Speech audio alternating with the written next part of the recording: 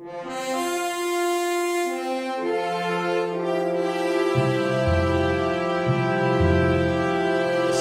testing stands for speed, power, agility, reaction time, and quickness.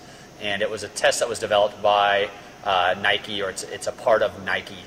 That's a way of testing athletes, getting a baseline level for where they are in 4 major drills. The 4 major tests are 40-yard dash, vertical jump, 5-10-5, which is referred to as the short shuttle, and a power ball toss, which is a measure of explosive strength through the chest and the hips.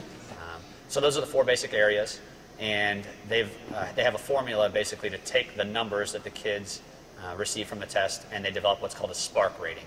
And it's a score, I believe, in the hundreds is the top. I can't tell you for sure what the top Sparq score is. I think you can get over 100.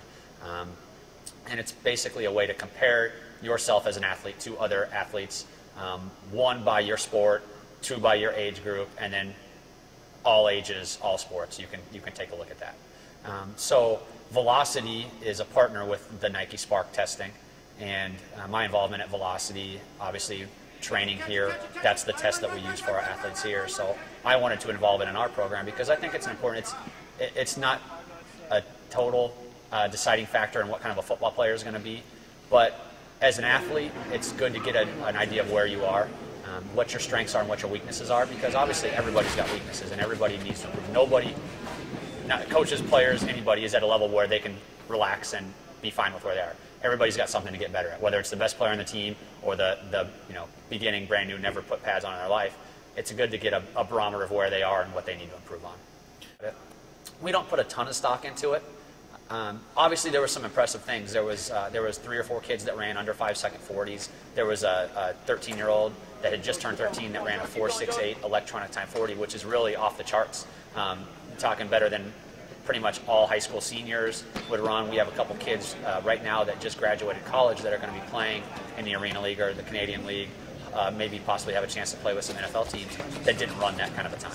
Defensive backs, receivers, guys that are real athletes. So it was quite an impressive accomplishment for the kid that did that. But we don't put a ton of stock into it.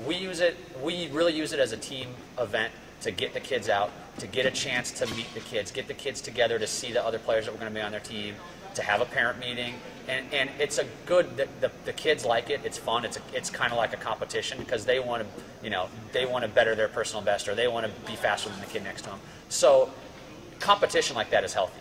And when you play a sport, when you play at a competitive level, you got to get used to competing, and not just against other teams, but against other kids that are on your team for the position that you want. So it's a good way of getting that going.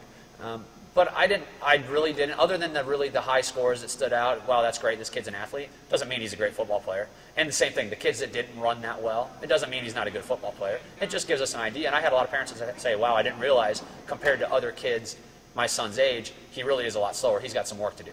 And it's good to find that out. You don't want to wait until you're going into your freshman year of high school or you're trying to make the varsity team and you go, I'm slow, I got some work to do. It's better to find it out early and put that extra work in, because you can never be satisfied with where you are as an athlete. So.